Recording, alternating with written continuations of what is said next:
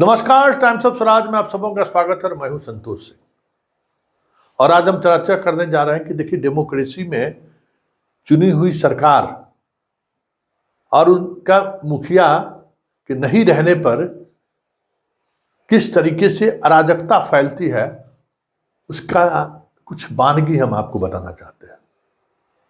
आप सोच रहे होंगे कि कहाँ हम बात कर रहे हैं। डेमोक्रेसी में चुनी हुई सरकार के मुखिया नहीं रहने पर क्या अराजकता वाली स्थिति हो जाती है, इसकी एक हम वानगी दिखाना चाहते हैं। जी हाँ, हम बात बिहार की ही कर रहे हैं। उस बिहार की कर रहे हैं जिसके मुखिया नीतीश कुमार है। कुछ दिनों से वो बीमार चल रहे हैं, ये खबर आ रही है। कहा जा रहा है कि उन्हें वायरल फीवर है, लेकिन उससे पहले भी कई तरह की चीज़ें चलती रही है।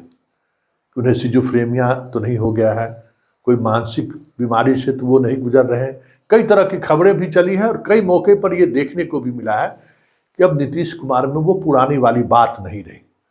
वो कुछ न कुछ पहले की तरह नॉर्मल नहीं है।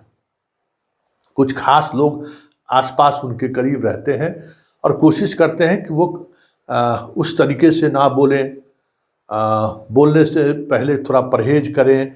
पीछे जो डीएसपी स्तर के अधिकारी सुरक्षा में जो मौजूद रहते हैं, साथ रहते हैं, वो हमेशा कुछ न कुछ बातें उनको कहते रहते हैं। मंत्री के रूप में भी कई मंत्री हैं, विजय चौधरी हो, संजय झा हो, अशोक चौधरी हो, जब साथ चलते हैं तो कुछ न कुछ ऐसा चलता रहता है कि बीच में ये लोग हस्तक्षेप कर रहे हैं। जबकि नीतीश कुमार के पर्सनालिटी की ये विपरीत है। नीतीश कुमार के सामने में बड़े बड़े की हैसियत नहीं थी कि बीच में कोई टपक दे, करे हो गया ऐसी बात। लेकिन इसका इम्पैक्ट क्या पड़ा है बिहार के ब्यूरोक्रेसी पर, आज हम उसकी चर्चा कर रहे हैं। देखिए, कल मेधा सम्मान था। 100 से ज़्यादा टॉपर बच्चों को सम्मानित किया गया आपको ज्ञान भवन में, लेकिन शिक्षा मंत्री मौजूद नहीं थे। अगर नीतीश पूरी तौर पर स्वस्थ रहते तो बिना शिक्षा मंत्री की उपस्थिति के ये कार्यक्रम संभव ही नहीं था। या हो सकता है कि नीतीश खुद इस मौके पर मौजूद होते, क्योंकि पूरे बिहार से बच्चे आए हुए थे। एक अलग परंपरा को बिहार ने इसको जारी रखा है।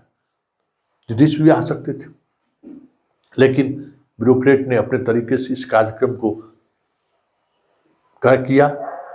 जो राजनीतिक एक लाभ मिलनी चाहिए थी सरकार को, वो राजनीतिक लाभ नहीं मिला, क्योंकि ये सब पब्लिसाइज होता है कि भाई मुख्यमंत्री ने सम्मानित किया या शिक्षा मंत्री ने सम्मानित किया। ये एक वानगी आपने देखा ही। लेकिन इससे इतर जो पर्दे के पीछे जो खेल चल रहा है वो और भी चौंकाने वाला है। दरभंगा आईजी रिटायर्ड हो गए 30 नवंबर को, नहीं 31 अक्टूबर को ही रिटायर हो गए। और उनके रिटायरमेंट के बाद वहाँ आईजी की पोस्टिंग हो, इसके लिए पुलिस मुख्यालय से कई बार फाइल मूव हुई, लेकिन उस फाइल के मोमेंट पर कहाँ गया, क्या हुआ, नहीं हुआ, किसी को पता नहीं है। और इस वजह से पुलिस मुख्यालय में डीजीपी के स्तर पर वहाँ 3 आईजी के अलग अलग समय के लिए चार्ज में भेजा गया। पहले राजेश कुमार गए, बेगूसराय में एसपी रहे हुए थे, डीआईजी से आईजी में उनका प्रमोशन हुआ है, उनको भेजा गया कुछ दिनों के लिए।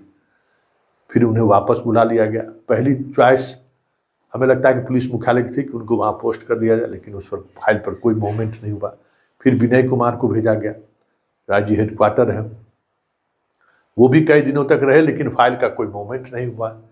आखिर उन्हें वापस बुला लिया गया और अंत में मुजफ्फरपुर आईजी को दरभंगा आईजी का चार्ज दे दिया गया। तो ये सारी चीज़ें इसलिए हो रही है कि सरकार का प्रमुख पूरी तरह से स्वस्थ नहीं है।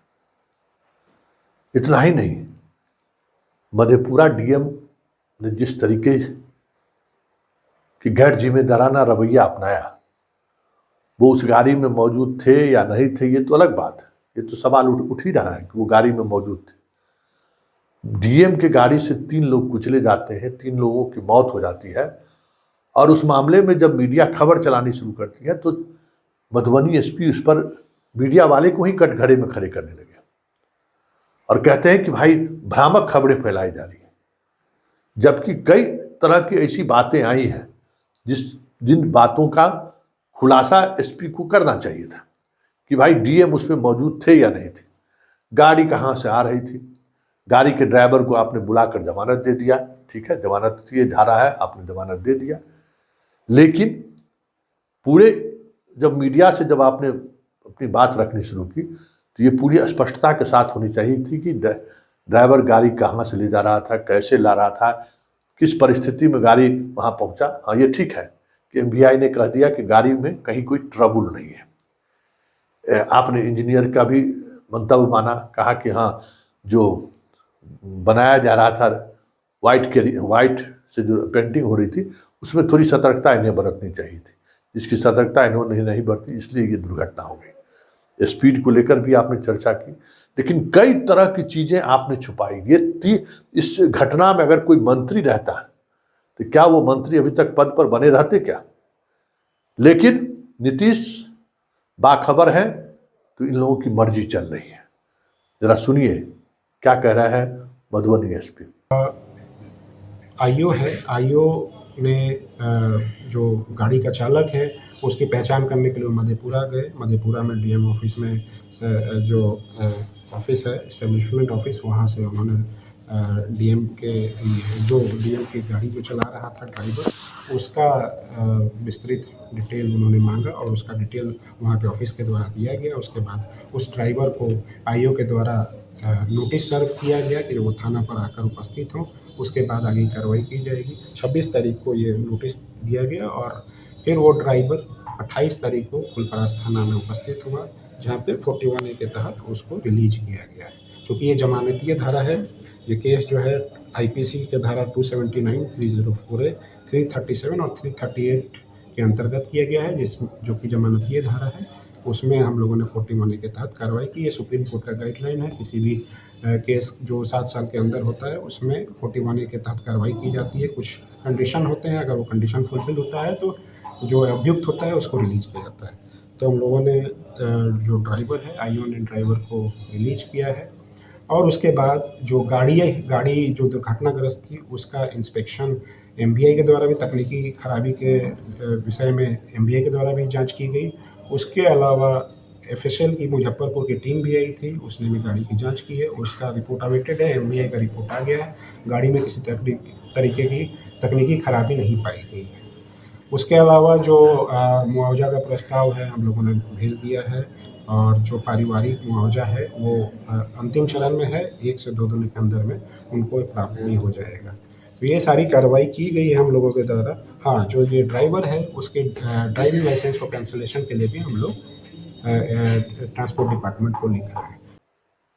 तो आपने सुन लिया, ये सिर्फ 3 घटना नहीं है, रोजाना डे टू डे की अगर हम बात करें तो कई तरह के ऐसे फैसले हो रहे हैं, अराजक फैसले हो रहे हैं, जो शायद नीतीश शारीरिक रूप से, मानसिक रूप से स्वस्थ रहते तो इस तरह की चीज़ें नहीं चलती। शिक्षा विभाग के कई ऐसे फैसले हुए हैं जो हमें लगता है कि नीतीश कुमार के स्वस्थ रहने पर ये इस तरीके के फैसला नहीं होते। के पाठक के कई ऐसे निर्णय हुए हैं, वो निर्णय नहीं होते अगर मुख्यमंत्री पूरी तौर पर स्वस्थ रहते।